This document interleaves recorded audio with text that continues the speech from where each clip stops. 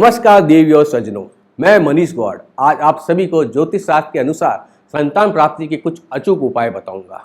विवाह के पश्चात हर पति पत्नी की इच्छा होती है कि उन्हें एक निश्चित समय के अंतराल में संतान की प्राप्ति हो जाए। इसीलिए संतान प्राप्ति की कामना से विवाह भी किया जाता है और वंश परंपरा की वृद्धि के लिए आवश्यक भी है। पुरुष पिता बनकर और स्त्री माता बनकर ही पूर्णता का अनुभव करते हैं। धर्मशास्त्र यही कहते हैं कि संतानहीन व्यक्ति को यज्ञ दान तप आदि का पुण्य कर्मों की प्राप्ति नहीं होती है। लेकिन यह सपना कभी कभी कुछ दंपतियों का विवाह के कई वर्ष निकल जाने के पश्चात भी पूरा नहीं हो पाता और लोग ये जान ही नहीं पाते आखिर क्यों उनको संतान प्राप्ति नहीं हो रही है। लेकिन कुंडली की ग्रह स्थिति के द्वारा यह पता लगाया जा सकता है कि किन ग्रह स्थिति के कारण संतान प्राप्ति में दिक्कतें आ रही है। ज्योतिष शास्त्र में कुंडली के पंचम भाव व उसके स्वामी से ही संतान प्राप्ति का योग निर्धारित होता है। यदि पंचम भाव के अधिपति छठे 8 या 12 भाव में स्थित हो तो संतान प्राप्ति में दिक्कतें आती है। इसके अलावा पंचम भाव में यदि कोई ग्रह नीच राशि में चला जाए या फिर पंचम भाव पर कोई पापी ग्रह शनि या राहु की दृष्टि बनी हो तो भी संतान प्राप्ति में अवश्य दिक्कतें आती है। कुंडली में इनमें से यदि एक या दो दोष उपस्थित हो तो लाख कोशिशों के पश्चात भी संतान प्राप्ति नहीं होती।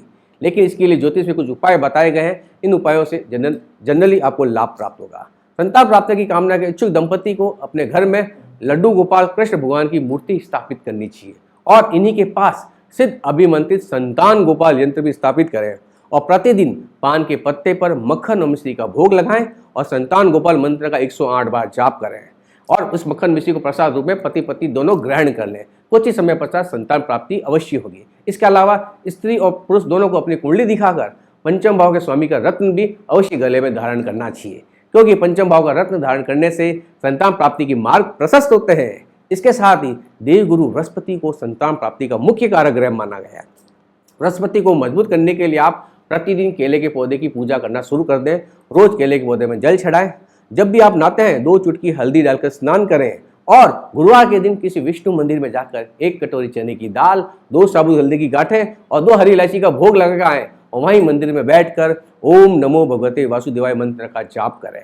ऐसा उपाय करने से भी बृहस्पति ग्रह मजबूत होगा और शुभ फल प्रदान होगा और बृहस्पति के शुभ प्रदान स्वरूप संतान प्राप्ति होगी। यदि आपके घर में किसी ने तंत्र क्रिया कर रखी है जिसके कारण संतान प्राप्ति में दिक्कत आ रही है, आपको लगता है किसी व्यक्ति ने आप पर काला जादू कर रखा है, तो आप शुक्ल पक्ष के शनिवार के दिन एक नीले रंग के वस्त्र में 7 प्रकार के अनाज लेवें। उसमें 7 लौंग और 7 काली मिर्च के कुछ दाने, साथ में कुछ पीली सरसों और राई के दाने भी इस पोटली में डाल दें। साथ ही साथ एक जटा वाला नारियल भी लें।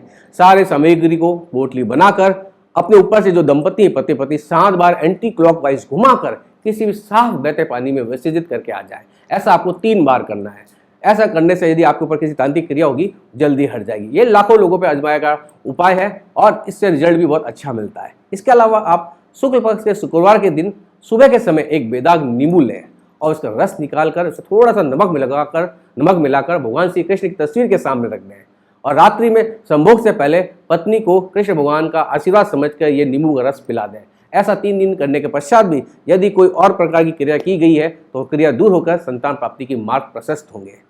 अक्सर ये भी देखा जाता है घर में कई बार वास्तु दोष होने के कारण भी संतान प्राप्ति नहीं हो पाती। तो वास्तु दोष संबंधी मैरिड कपल्स को हमेशा ध्यान रखना चाहिए गलती से भी आपका बेडरूम जो है वो ईशान कोण में ना हो। जिन दंपतियों का बेडरूम ईशान कोण में होता है उन्हें संतान प्राप्ति में अवश्य दिक्कतें आती है।